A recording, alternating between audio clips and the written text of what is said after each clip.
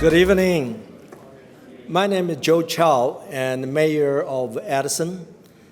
This is my 11th year as Mayor of Addison. Along with me, and I have Mayor Pro Tem Guillermo Quintanilla. Please stand up. Also, I have Director of Economic Development, Orlando Campos. And also, I have Economic Development Manager, Wilson Kerr. Where are you, Wilson? He was here earlier. First, I want to welcome all of you for coming to Addison. This is a city and I always feel proud of. Also, I want to thank Liz and the World Affairs Council and for choosing Addison to be the venue to hold this event. This is a hotel and I like most. Do you know why? John, you might know that. Since I got married with my wife in this hotel back to 2006. And you don't even want to imagine how many people attending. That's the biggest crowd I ever had, which is 860 guests in the Crystal Ballroom.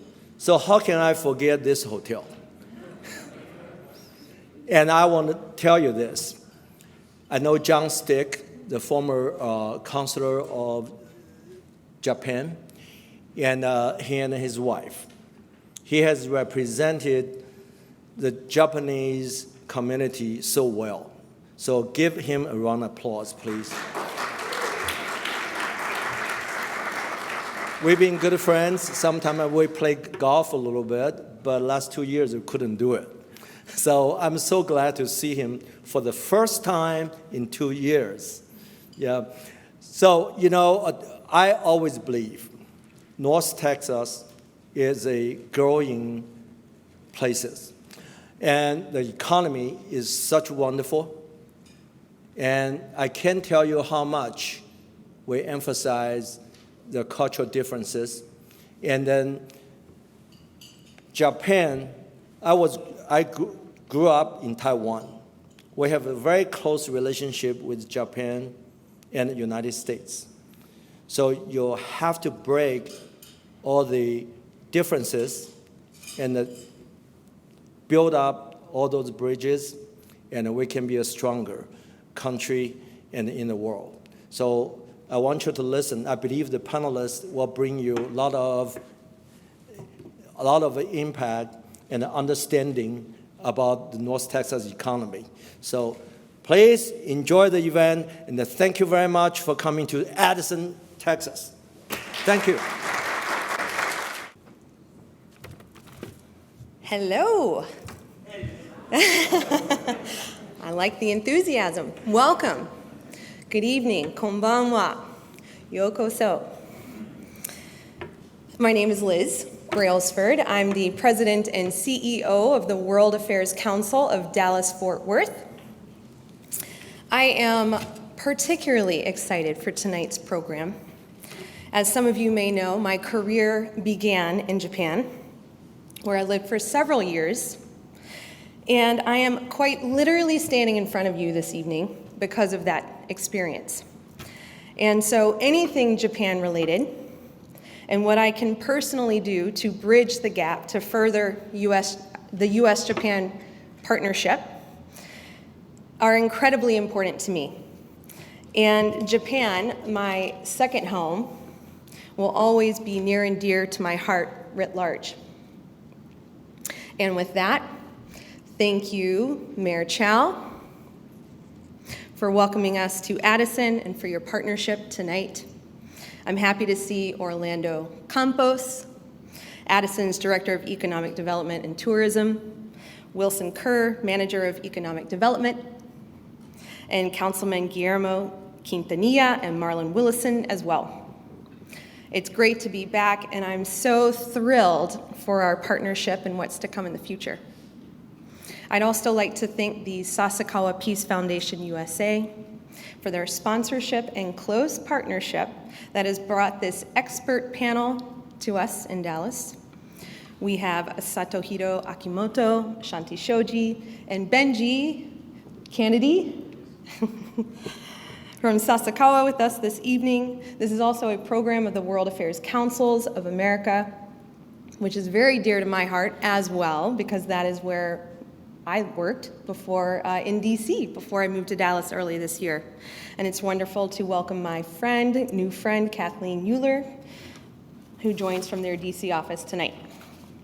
So promotional support for this event was provided by our good friend, Paul Pass, the Executive Director of the Japan-America Society of Dallas-Fort Worth. So thank you, Paul. And just a few other notes. If you're not a member of us yet, please join us. You can check out our website at dfwworld.org, and we'd love to welcome you to our community of engaged and informed members. Also, it's the holiday season, so a gift membership sounds awesome to me. Look at our website for options. The Council is committed to providing a safe environment for our community members. For the most up-to-date information and health and safety practices, and to view our latest lineup, please look at our website, again at dfwworld.org. And I'd like to highlight one of the Council's upcoming programs, which is the 2021 Michael Rawlings Endowed Lecture. That will be on Tuesday, December 7th. Don't miss it. It will feature former Mayor of Dallas, Mike Rawlings, of course, and he will have a discussion on the role of cities and mayors on the world stage with the 60th Mayor of Atlanta, Keisha Lance Bottoms. Please join us. And a reminder now to please turn off all of your cell phones, silence them, and other electronic devices. I'll have to check mine too. And now I'd like to welcome Satohiro Akimoto, Chairman of the Board and President of Sasakawa Peace Foundation USA.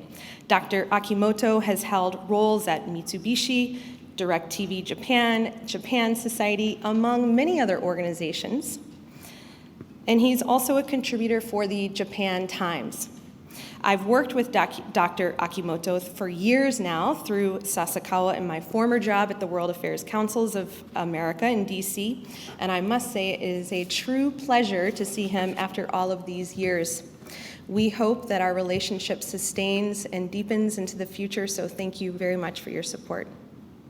It's an honor to have you join us from Washington, DC, and with that, Akimoto-san, onegai shimasu.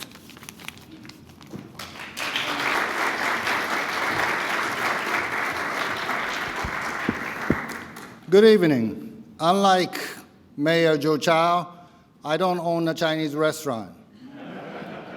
I'm not a politician, but I can say I love this hotel. What am I talking about? I have a 16-year-old son attending high school in Washington, D.C., and he's a soccer player, and he participated in this summer MLS Dallas Cup. So this is exactly the hotel that him and his team stay, my wife and myself stay. So I can genuinely say I love this hotel. But anyway, so thank you very much for coming. I just wanted to say that I am delighted to be in Texas, particularly North Texas. I don't look like it, but I play football in Japan. So I decided to pay respect to TCU and SMU today. I don't know a lot about this intricate, complex relationship that Sonny Dykes is involved, but I wish best luck to both teams. I just wanted to thank Liz Braisford. Thank you very much for all the support. You described our relationship, so I'm not going to elaborate on that. I also like to extend my thanks to Rachel Vogel and Kirsten Kallenberg of the World Affairs Council of Dallas-Fort Worth. And also like to thank Casey Euler of World Affairs Council. So thank you very much. I also like to thank, obviously, again, Mayor Joe Chow. I know that you're busy, and it means a lot to us that you came to our event. I also like to thank Orlando Campos, Director of Business and Tourism in Addison. So thank you very much for coming. I am really excited to be here because up until 4 years ago, I was not mentioning the word Mitsubishi, but since you said, I was a corporate senior vice president of Mitsubishi Corporation, one of the largest trading and investment firm. And you know, we talk about expanding business all the time, right? That's what the businessmen do. And our headquarters in New York City, but we often talked about, you know, what about Texas? You know, what about Dallas? What about Houston? And other Japanese companies have already made a move to Dallas, Fort Worth area. And, you know, good weather and good people, relatively reasonable living costs, which is going up, but still very, very reasonable.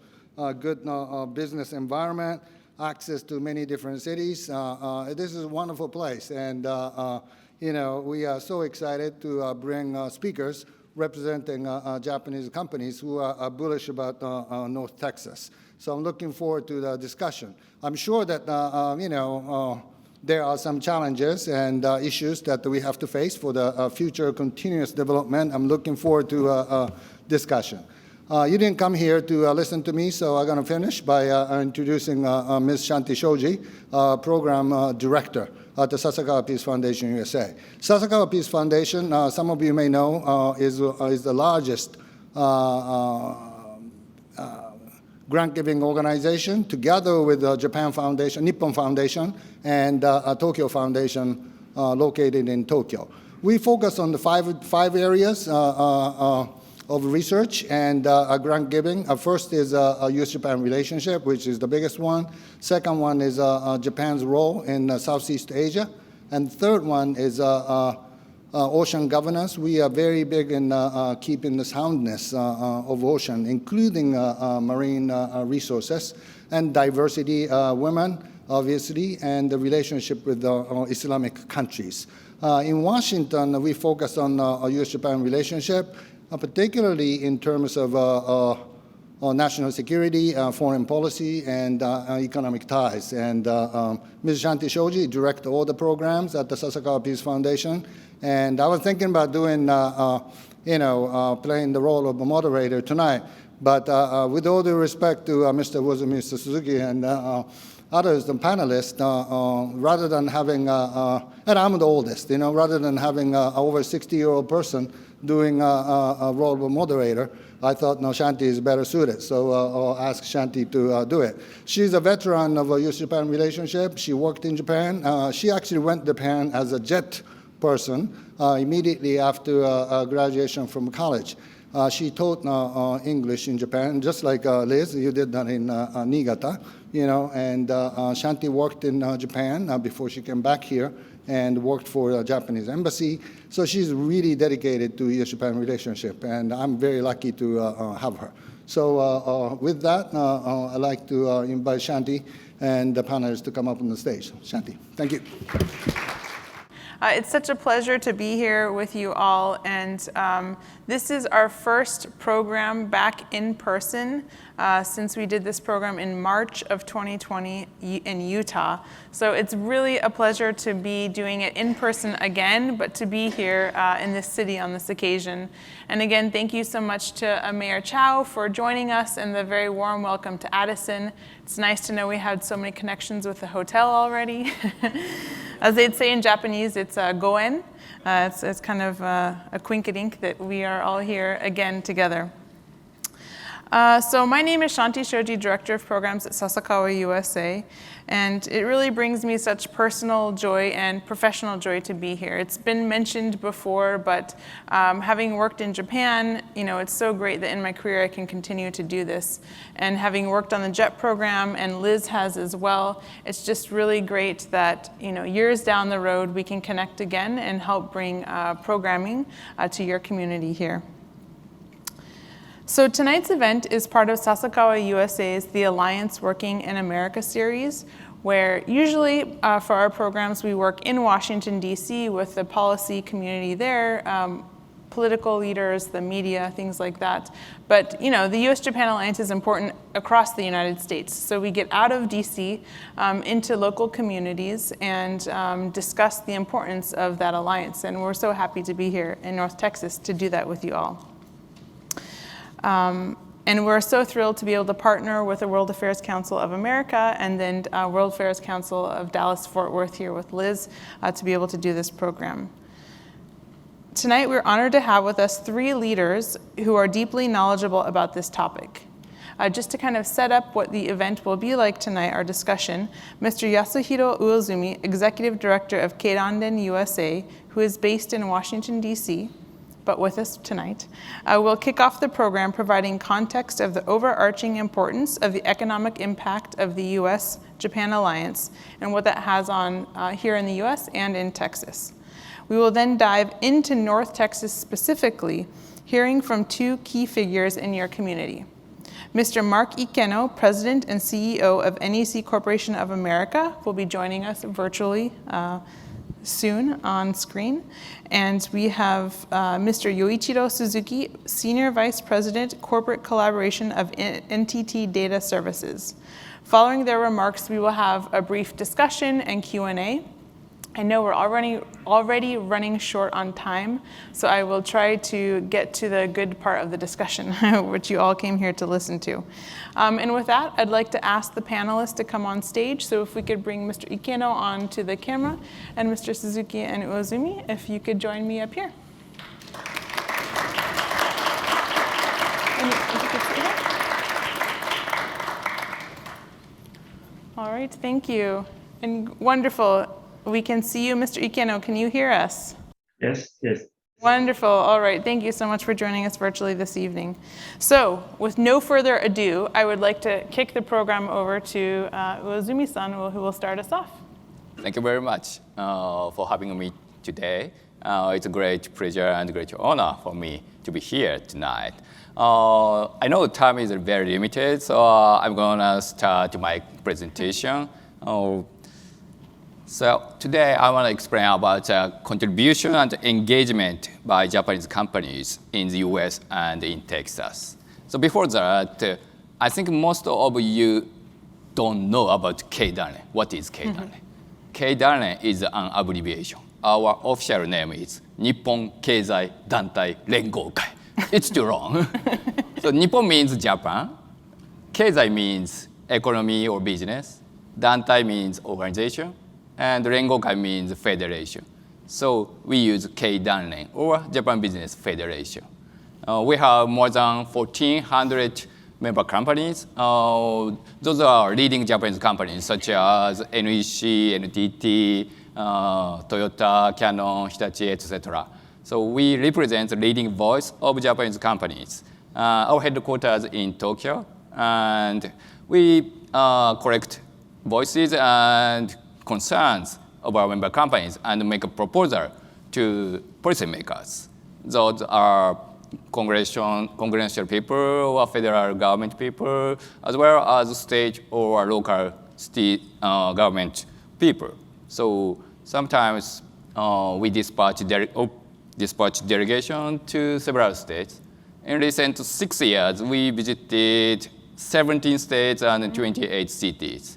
And we sometimes receive delegation from all over the United States. And some governors visit Keidanren, have a discussion with our executives. And not only governors, but also mayors, such as San Antonio, Los Angeles, visited Keidanren. And I heard Mayor of Houston have a plan to visit Japan next year. So I hope Mayor Cho visits Japan and visit Keidanren in the near future. And the Yellow Star shows Business Speaker Series. This is a program with the support of Japan American Society. NAJAS is the National Association of Japan American Society, and NAJAS and Keidanren have a joint program, 5 seminars in each year. So next year, Paul-san is here. He's arranging a seminar in February, right? So one of the biggest financial institutions, SMBC, will be in Dallas. And there is a seminar SMBC will explain about their business and their strategy in the US. So I hope you can join us in February. And I think you already received these 2 documents by email. So this shows macroeconomic data about the Japanese contribution and Japanese engagement. So I want to explain these documents briefly today. So from the viewpoint of Japan, US is the top destination of investment. About 30% of Japanese investment in foreign countries goes for the United States. And Japanese exports to overseas, about 18.4% is go to the US. So US is the second largest country after China. So from the viewpoint of Japan, US is the most important country. And from the viewpoint of US, so Japan matters for America. Japan is a leading investor. In total, about $650 billion investment from Japanese companies to the United States. And in 2019, $39 billion was invested from Japanese company to the United States, only 1 year. And Japanese investment focuses on high quality fields, such as R&D spending. So Japan spent about $11 billion in 2018, and the number increases 4 times before, if you compare with 1998. And Japan is a top exporter from the US. Japanese companies created products and export overseas from the US. So that number is $85 billion. That is the number 1 exporter from the US to overseas. And Japanese companies are the leading job creator. In 2018, about 950,000 jobs was created directly by Japanese companies. And if you include indirect effects, the number increases about 1.8 million jobs were created by Japanese companies. And if you look at Texas, 75,000 jobs were created by Japanese companies. And in recent 9 years, Japanese investment accounts for about $6 billion. So that's a huge number, I think. And if you look at exports, total exports to Japan from Texas accounts for $12 billion. The leading industries, oil and gas, chemicals, computers and electronics products, machinery, and passenger fares. Those are the potential industries Japanese companies are interested in expanding their businesses. And I want to change topics for engagement in local communities. Japanese companies not only investing for business, but also would be good corporate citizens. They would like to have a long-term relationship with local communities. So Japanese companies spend money to support public health, environmental, education, and charitable causes. So I compiled 21 companies as good examples for Japanese companies' engagement in local communities. If you have time later, please look through these documents. And I want to show just 3 cases today. So one is the NEC.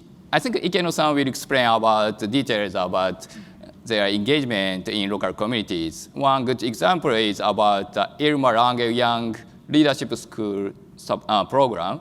So NEC supports this program and donates huge money and spend employee time and IT experts to design and procure new equipment for the Irma Lange Computer Lab. And Fujitsu case, which has a US headquarters in Richardson, North Dallas area. And Fujitsu also focuses on the education activities in Richardson areas. They establish a scholarships program. They support young leaders, and they focus on STEM educations. Also, the Toyota has a great program.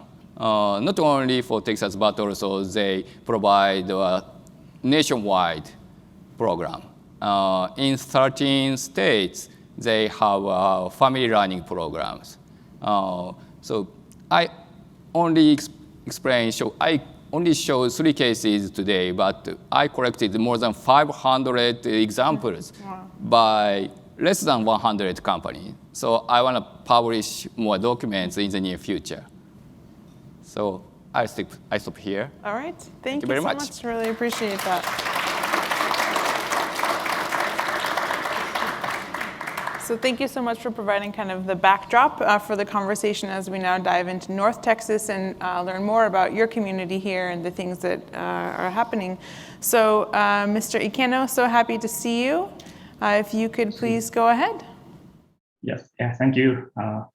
Good evening, everybody. My name is Ikeno, CEO of NEC Corporation of America.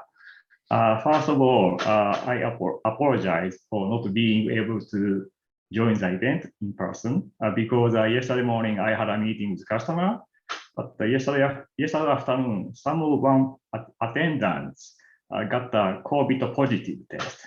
So in order for us to for enhance the security, so I decided to join virtually. Sorry for that. First of all, it's a great honor to be here. Let me explain overview of NEC and also our activity in the United States. NEC is a global technology communication company with 120 years history and $30 billion revenue worldwide and 110,000 employees. And we are very much focusing on solution for society. That means we like to improve safety, security, efficiency, and the fairness of society by the power of ICT.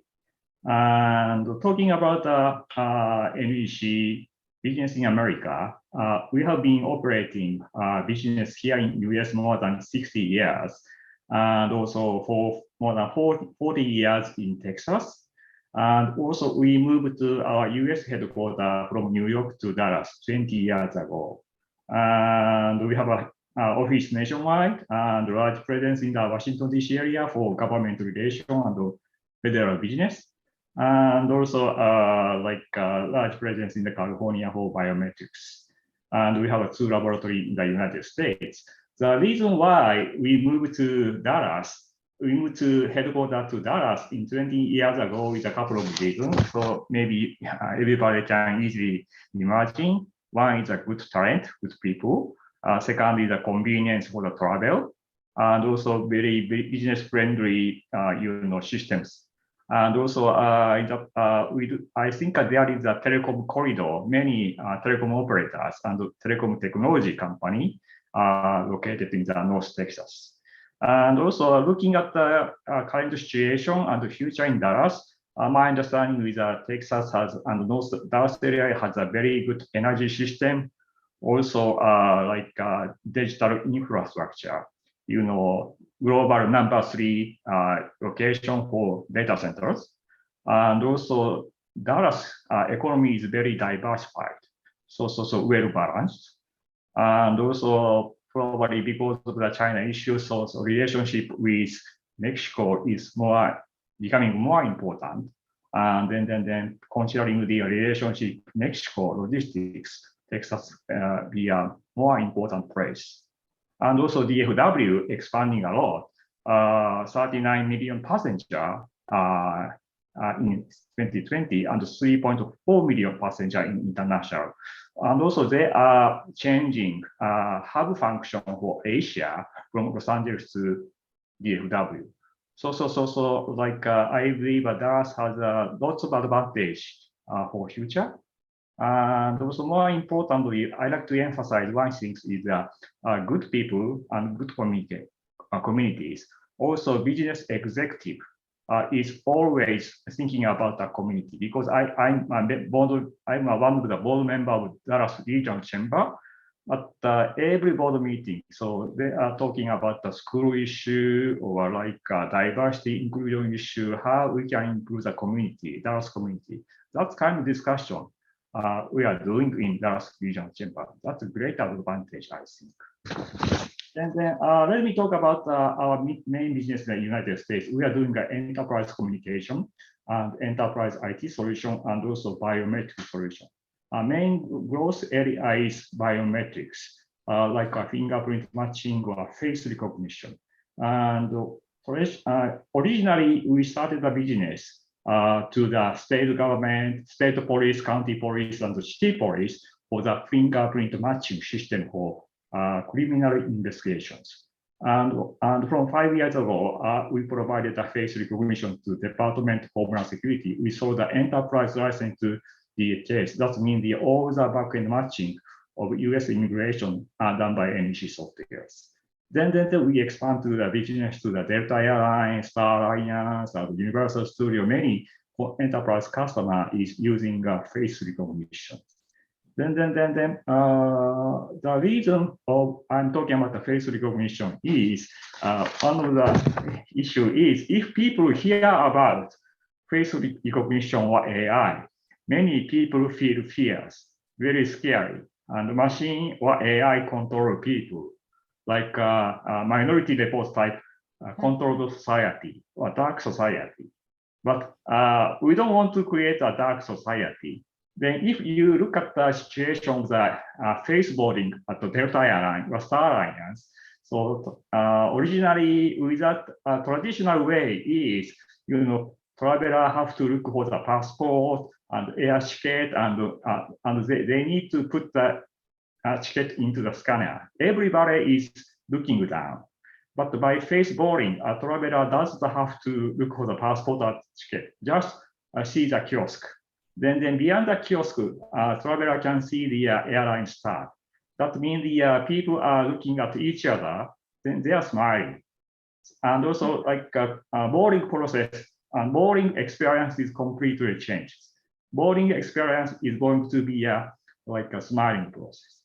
Also by using face boarding, boarding time usually it takes 30 minutes, but shortened to 20 minutes. That's also provide more efficiency. So what I like to say is we like to make machine or AI to take care of mundane tasks. So let's have machine take care of the cumbersome process. Then people can focus on more important things. What is the more important things? We believe it is the human and human communication with each other, interaction with each other, and create a new value. That's a human have to focusing on. So that's kind of a human-centric society, NEC, and I think other Japanese company like to create. So that's one area we have to emphasize. And also the other point is the technology is just an enabler. So technology itself has no meaning. Important issue is bring the technology into customer real environment. Then converting technology into customer value by using technology. So revenue 20% up, but cost 30% down. Such kind of customer value creation is very important. Then in this regard, US market is the most advanced market. So let's bring technology into customer in the United States and create a new value. Then they expand this kind of new value to other worlds. That's a strategy we are now taking. And lastly, but not least, so as a Japanese company, we are promoting social contribution activity in Texas. As Wozumi-san kindly mentioned, we are working for ISD to contributing the like a student and teachers, enhancing the STEAM education and enhancing the IT literacies. Also, we are working together with the university. Like we have a relationship with the University of Texas Dallas. So that's kind of the social activity we are strongly promoting here in Texas. Also recently, in addition to these activity, our company is now focusing on two areas. One is supporting the homeless.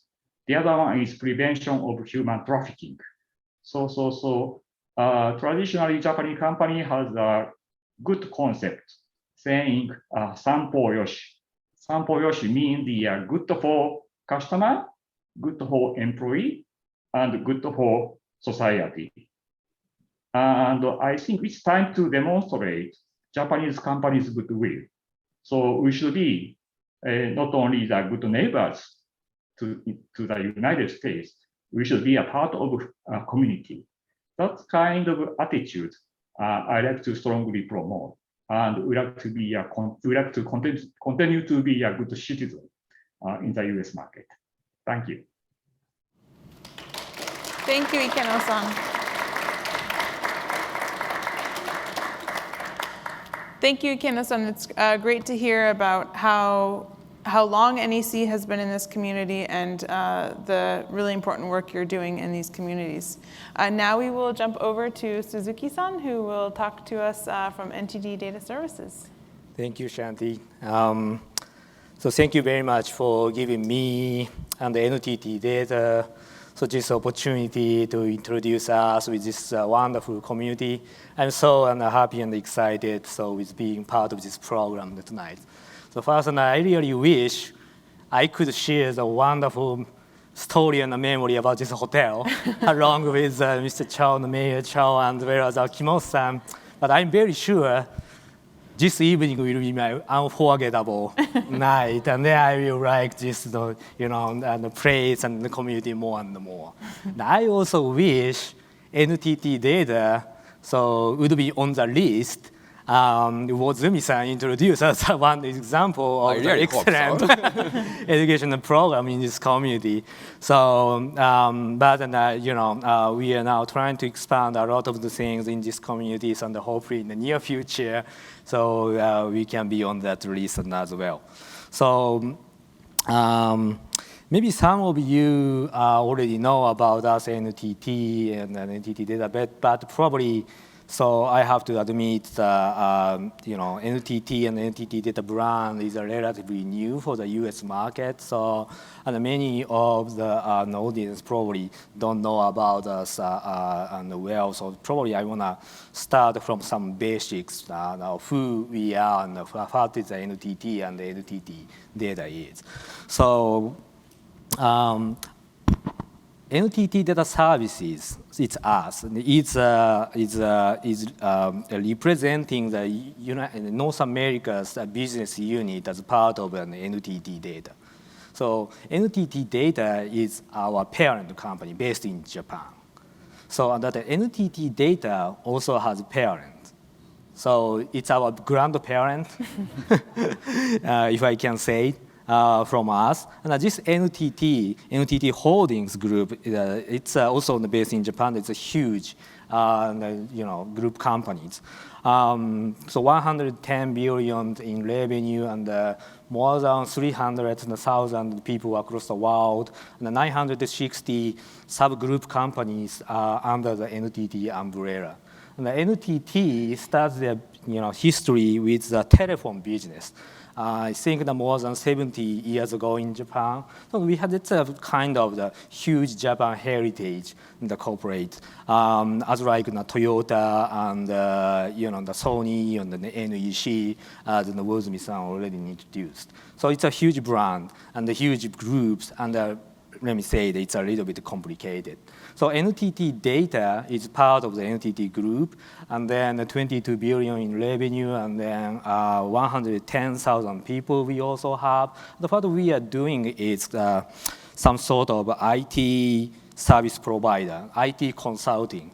We are supporting the clients move to the more digital environment. If I can pick up some of the keywords or the buzzword, it's kind of the cloud and the automation, the IoT, the application, the cyber securities and data analytics and all those things. So we don't have a factory. We are not creating any product. It's not a consumer type business. Our business is a B2B type business. So people are the everything. It's a pure person, people-based type of the business and the company. we are providing that. Again, so NTT Data Services is representing the US and the business and the marketplace and the $5 billion in revenue and the 50,000 people, including 20,000 employees in India. So now we are now trying to expand our business more and more in here. So now I want to talk about a little bit more about our history in the United States as NTT Data and why we are in this North Texas community. So 20 years ago, that's the time when I joined the company, the NTT Data.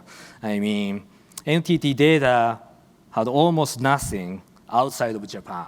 It's a pure Japanese domestic company.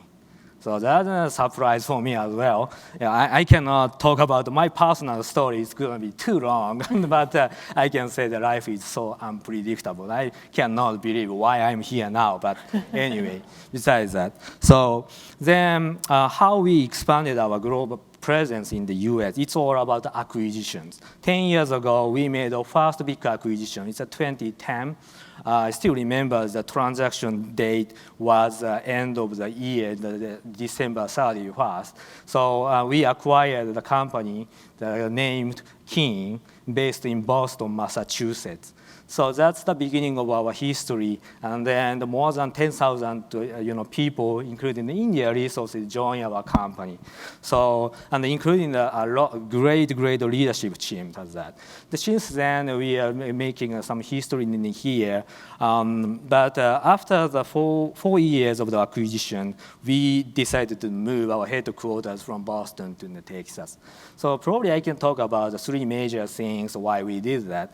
So pretty same similar reasons what Ikeno-san mentioned earlier.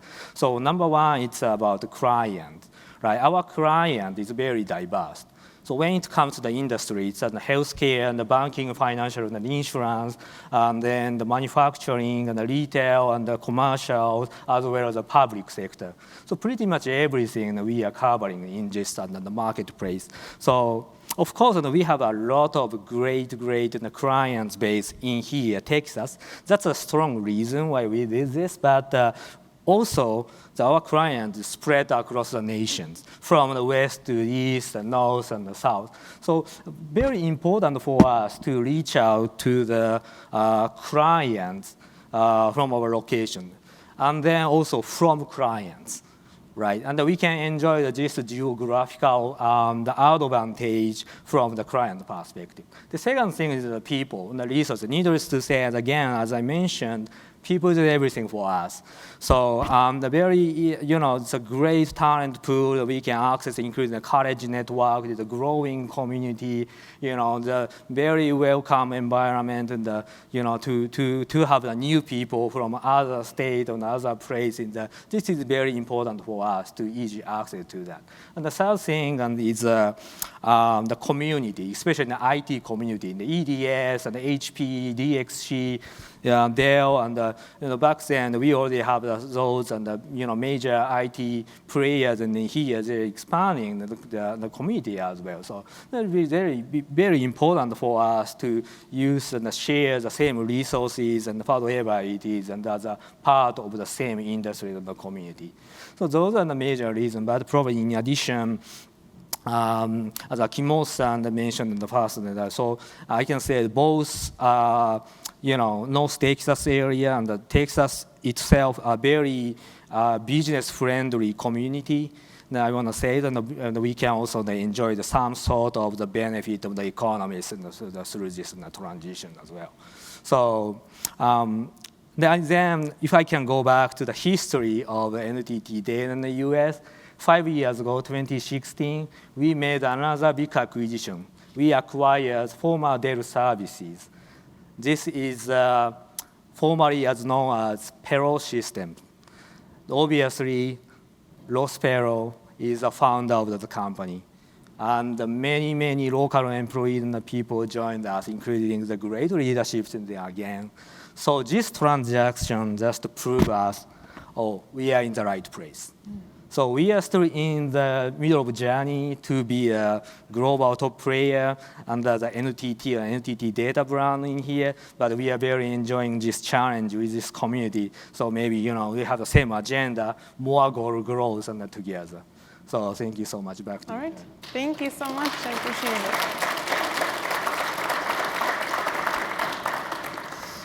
All right. Well, thank you so much for the three of you sharing your thoughts and insights on the importance of the U.S.-Japan alliance, specifically here in this community. And I know each of you had a very short time of how much you could say and what you're working on. But I think, we spoke a bit about why you're here, why Japan is good for the U.S. and all the work we're creating. But I'm curious to hear about the future. What do you think the future holds for your companies, both Suzuki-san and Ikeno-san, here in this area? And Uzumi-san, for you more broadly, U.S.-Japan in the future, if you have thoughts on that. Suzuki-san, would you like to start, perhaps? Sure, thank you. So, okay, yeah, firstly, I want to say now community is more important than ever, right? The pandemic makes us stay with the community. We have a real life in the local community.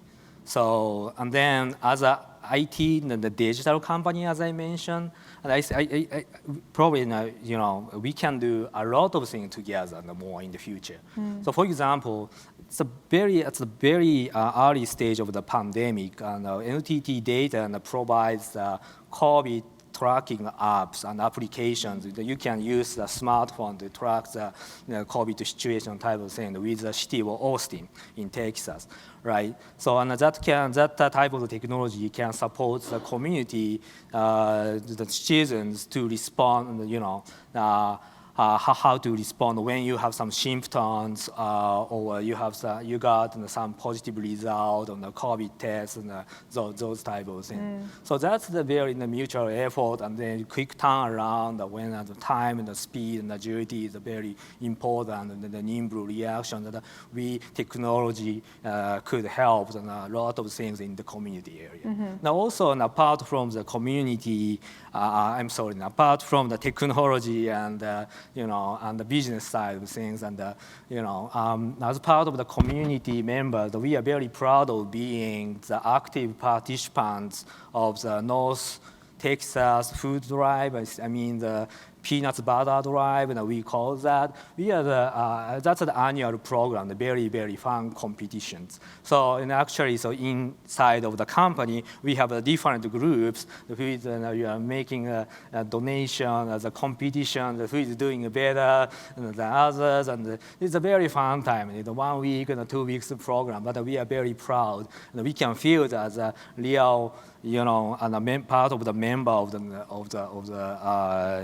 communities. So that type of thing we can also think about more, and we can expand more with more people and more employees and families. So that type of thing we can think about it. But in the end, we can do more, and we can do a lot of things together with the community in future. So for NTT Data Services, really growing the community and your impact here is one thing you're looking to for the future. Exactly. Yeah, yep. Great. And Ikeno-san, how about you and NEC? Yeah, I think because of the COVID, so lifestyle changed. Before pandemic, so everybody is living in large city like New York, Los Angeles. Then in the past, economy and civilization is progress based on the concentration. So urbanization grow the economy and civilizations. But because of the COVID, people found out concentration not good. That's why we are now talking about locally distributed economy, including local production, local consumption, more like distribute to each city or each region. That kind of lifestyle, working style, and business style changed. Then looking at the new style, that area is very good because we have a good lots of the place, land, and more affordable, and also the energy, and also we do have access to digital environment, network and data center, and also diversified, their industry. So Dallas has a very good advantage in this viewpoint. Then Dallas has a chance to be a leader of local economic based, like societies. That's my view. Then also important issue is, as I mentioned again, good people, Southern hospitality. People is talking to each other, and care about each other. Like Dallas, like Texas people have the like a sense of dependency. Then I think that's is the the take a lead in the new coming era, and Dallas has a good position. And I believe Texas culture and human like hospitality, is very common to that of Japanese one. Yeah. So it sounds like for part of the community, but also with COVID, the agility of the area with the diversity that it has. The agility provides kind of the support needed to carry on throughout the future. And that makes me think of the US-Japan alliance and the agility that the alliance really has because we are so close. And that's why these types of things are so important, that we continue to understand the importance of that relationship. But speaking of that, what do you think, Uozumi-san, regarding the future of Japanese business economic impact here in the United States? Thank you for asking a very important question. There is a survey conducted by Japanese government agency, JETRO, to ask about their future plans in the United States market. There are about 4,000 Japanese companies in the US currently, and more than 40% companies conceptually replied they are willing to expand their business in the US. So 4,000 times 40%, so about 1,600 companies are willing to expand their businesses in the United States. This shows Japanese companies' willingness and desire to have more business in the United States. And I want to show one example in Texas. There is a project about Texas Shinkansen, Texas high-speed rail project. Sure, everyone has heard. That was a project between Dallas and Houston. So now you can drive between those cities by 3 or 4 hours. But if Texas Shinkansen project was completed, the transit time would be about 90 minutes. Wow. So I think it is similar to Japanese Shinkansen. Yes. So it's comfortable, it's safety. Yes. And So, those of us who have been to Japan or have lived in Japan understand how amazing this would be to have in the United States. So that's a good potential for Texas to have more Japanese business in Dallas and in Houston. Okay, great, thank you. And by prerogative of the moderator, if okay with everyone, I'm going to extend this a bit longer so we can have Q&A from the audience, if that's all right. I know it is already really time, and I have more questions, but I'd love to hear from the audience if you all have questions. And we have our first question from Professor Newton, so let us just get you the mic. We're walking that over to you. And thank you so much for joining us this evening. Thank you so much for a wonderful event. I just want to thank Uozumi-san, Suzuki-san, and Ikeno-san, and also for Ms. Shoji for doing a great job as the moderator. This was really interesting. So my question, I'm also a senior fellow at the Tower Center at SMU.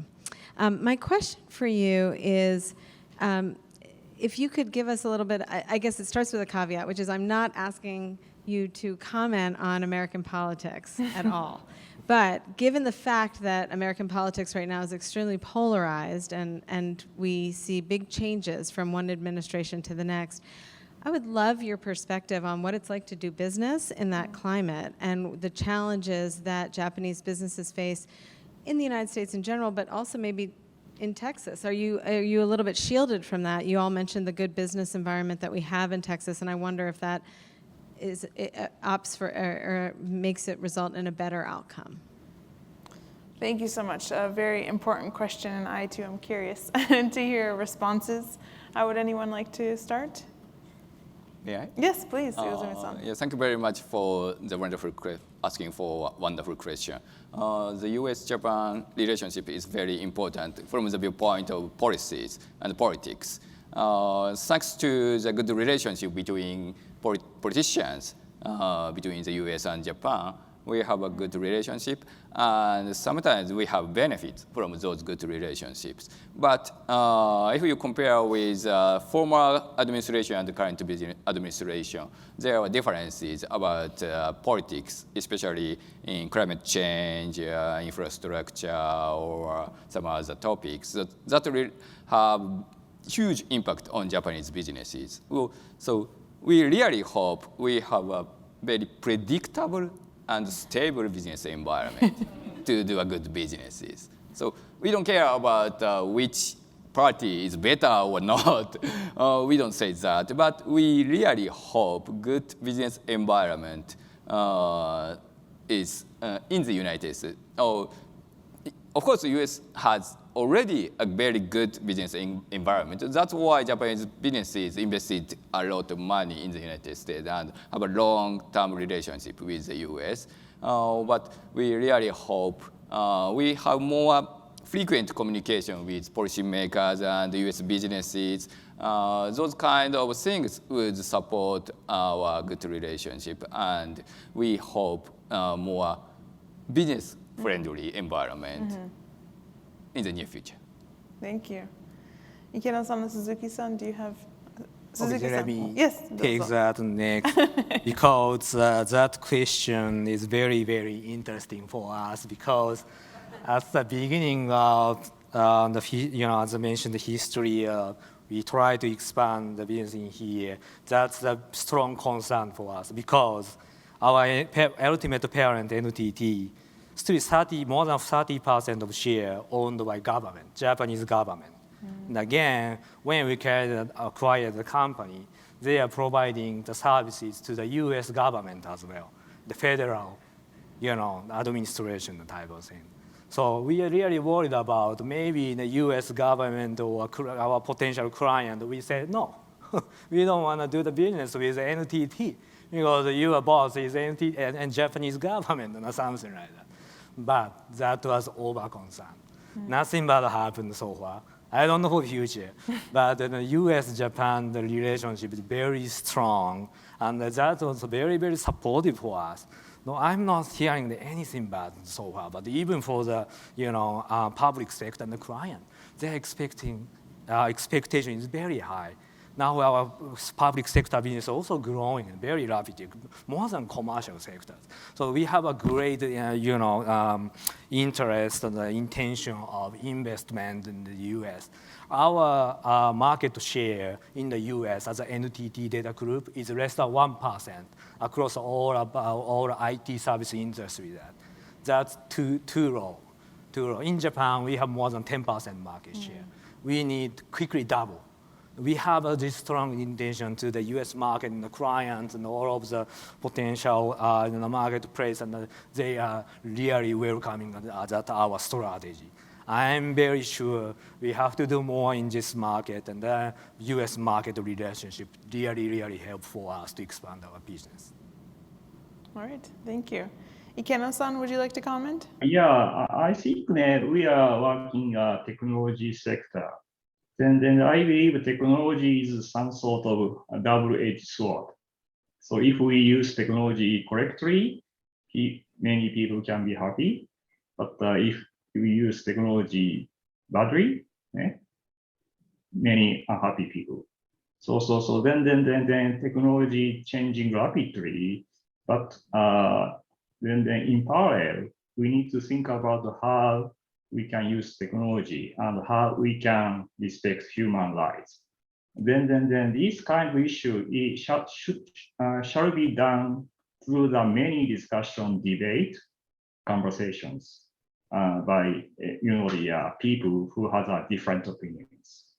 So in this regard, like a U.S. approach or European approach is, I would say, much better than monopoly approach. So in this regard, Japan, yeah, I think US is very important to Japan because we have the same way of thinking. And then that's one basic issue. The other issue because of the political issue anyway, like logistics or manufacturing impacted. Then, as I mentioned, probably having manufacturing plant in China, probably we better to have a plant in the United States or Mexico or Latin America. So that's changing the business climate. Then more like a connection with Mexico, more connection with Latin America, logistics becoming very important. So that's it. Then in this regard, Texas is a key place to connecting Mexico and Latin America. So this kind of issue is affecting, I think, yeah. So we are now tuning up our strategy and approach right now. But still, as Wozumi-san mentioned, Suzuki-san mentioned, US is a very important partner for Japan and very important for Japanese company, definitely. And our approach is, as I mentioned, creating a new value here in the United States by using technology and creating a new value, customer value, then export it to other markets. That's a strategy. And we have, and in this regard, US is a very strategic point of our company, Japanese company, I think. Thank you. Yeah, I think I keep coming back to this word, but agility.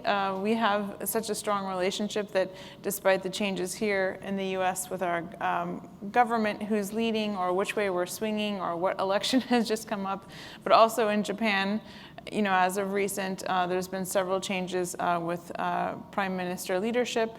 But I think it comes back to having these core values where they're the same, really, despite who is in office, and we can rely on those. So that's great. Yes, Liz. Thank you, Ria. So for those who work in U.S.-Japan relations, or those who are familiar with U.S.-Japan relations, or those who are familiar with economic trade and development, know how important the alliance is and how important our relationship is.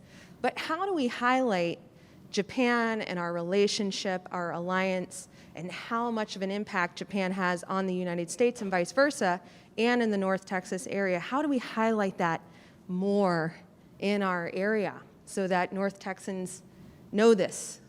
Mm-hmm.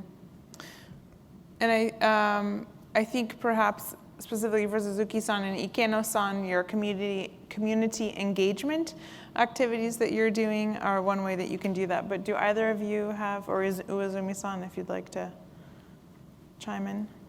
Okay, maybe I want to take that first. Yeah, so let me talk about one of the current challenge, right? Current challenge is it's all about the people again. So in the same thing, but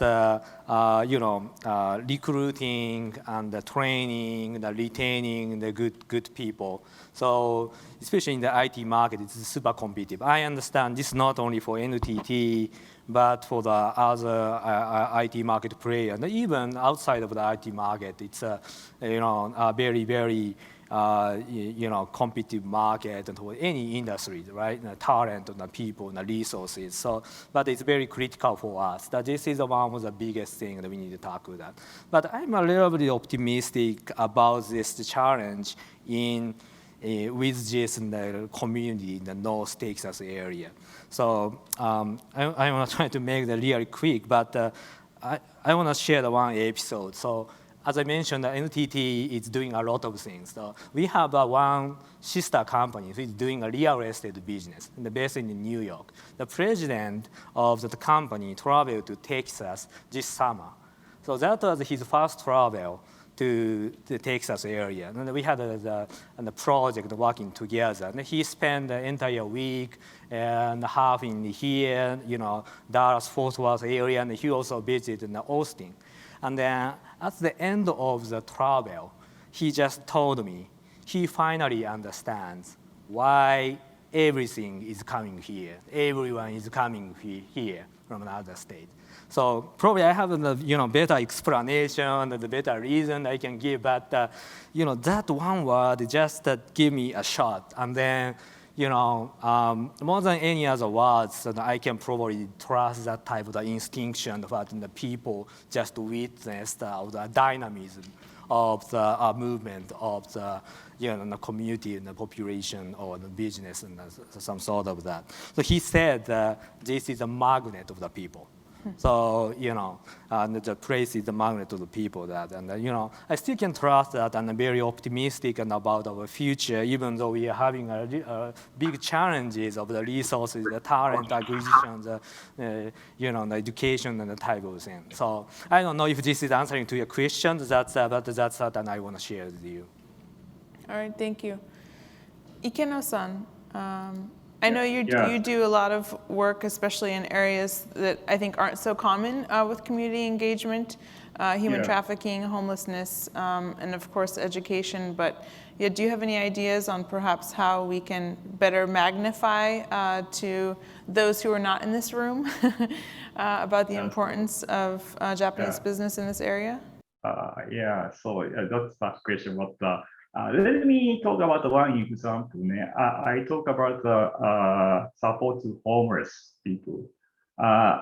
In San Antonio, there is a homeless support facility. Name is Heaven for Hope. This is the largest homeless support facility in the United States. Maybe 1,500 people or 2,000 people. They are welcoming the homeless each day, and they are providing a one-stop shopping. They are providing a shelter, food service, healthcare, and legal service, employment, and also they are providing a short-term stay, and they are providing apartment. Even they have they providing a kindergarten. So that kind of like homeless support facility is some sort of the role model of homeless support.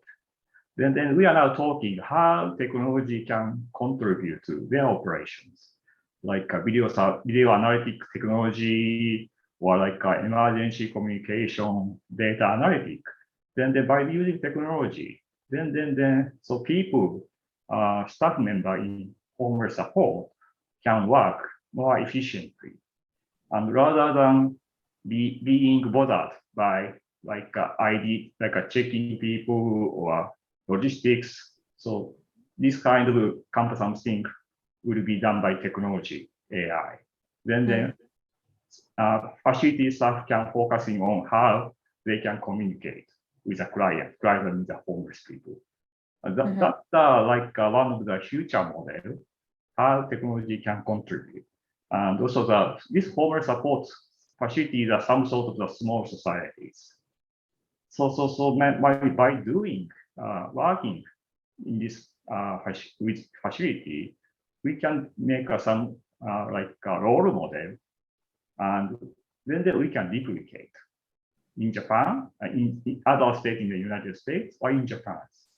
So that's kind of a human touch. But as far as I talk to many people, and many people in Texas, they respect human touch. So that kind of culture is very common to Texas people and Japanese people.